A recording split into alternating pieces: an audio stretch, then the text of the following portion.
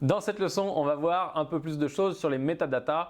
Et donc là, on va voir comment ça peut te servir et comment ça peut être utile au-delà des métadatas qui sont dans la caméra à l'origine, qui ne sont pas forcément très intéressantes pour optimiser ton montage. Là, on va voir comment tu peux t'aider en mettant toi-même des informations dans le logiciel pour dire ce plan c'est ça, ce plan c'est ça, et plus tard t'aider à faire des meilleures règles de tri et tout simplement à organiser tes rushs pour pouvoir améliorer ton montage et surtout ne rien perdre. Parce que ça, c'est très important. Si tu as des très bons rushs et que tu as passé du temps ou que les personnes qui ont tourné ont passé du temps, il faut surtout ne rien perdre et donc le mieux c'est de ranger et d'être organisé. Donc on va voir le début de ça. Petit exemple rapide, ici on va sur le plan de drone, on va dans description et là on peut rentrer ce qu'on veut. Donc on met drone forêt. Ensuite dans les commentaires on peut mettre super plan ++, comme ça on sait que c'est un très bon plan et qu'il faut absolument l'utiliser. Et pour finir dans les keywords on peut mettre drone. En faisant ça, on a rentré des informations manuellement qui vont nous aider à ranger et à trier nos rushs. Tu vois, ce petit exemple simple, c'est pour te montrer qu'on peut mettre des métadatas et on peut le faire directement dans le Media Pool. Maintenant, il y a un autre endroit qui nous permet de mettre des métadatas. On va aller voir ça tout de suite. On va tout simplement en haut à droite dans l'onglet Metadata, on clique. Là, on retrouve naturellement toutes les informations techniques. Ensuite, on va en haut dans le petit menu. On sélectionne Shot et Scène. Et là, on retrouve toutes les informations qu'on a rentrées auparavant. Donc si maintenant on va sur notre rush de RAID qui est ici, on peut bien entendu faire la même chose. Donc on rentre des données RAID sur drone. Ensuite dans Comment, on peut mettre un commentaire qui correspond à notre plan.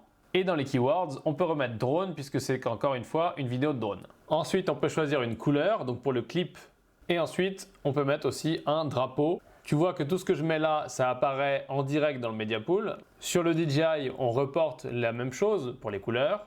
Et je peux cliquer ici sur Good Take pour valider et dire que c'est une bonne prise. Et tu vois qu'encore une fois, ça reporte le Good Take dans le Media Pool. Là, on vient de voir les métadatas que toi, tu peux incrémenter toi-même. Donc, soit dans le Media Pool, directement, tu as toutes les lignes, donc tu peux rentrer ça rapidement. Tu as les mêmes choix. Ou alors, tu peux aller plus en profondeur, ouvrir le petit onglet métadata et donc avoir là plan par plan. Ça va moins vite, si tu as beaucoup de plans à faire, c'est plus compliqué.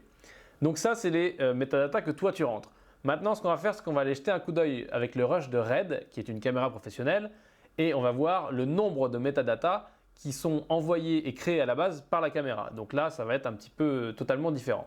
Donc je me mets bien sur le rush de RAID. Ici, tu vois qu'il n'y a pas grand chose d'autre dans le shot et scène. Par contre, si on reclique sur le petit menu en haut à droite et qu'on va dans caméra, là, on a énormément d'informations. On a même le numéro de série de la caméra. On sait que c'était la caméra B. Donc comme je te disais pour les cartes, on voit que ça commence par B001. Ensuite, on voit qu'on était à 640 ISO, etc. Donc ça, nous, ça ne nous intéresse pas forcément. On va beaucoup utiliser Shot et Scène parce que c'est là qu'on met nos données à nous. Mais tu vois qu'encore une fois, ici, tu peux mettre plein d'informations que plus tard, tu pourras faire apparaître sur la vidéo, etc. Voilà pour les exemples de métadatas et les métadatas de caméra et les métadatas que nous, on peut créer. Maintenant qu'on a vu ça, on va aller voir dans la leçon suivante les petites options du menu quand tu fais un clic droit dans le Media Pool parce qu'il y a plusieurs choses qui peuvent être intéressantes pour repérer tes plans de ton ordinateur, etc. Et après, on continuera à améliorer notre workflow et améliorer notre façon de travailler pour pouvoir retrouver nos plans et faire un peu de media management. Mais pour l'instant, on va voir ce petit menu dans la leçon suivante.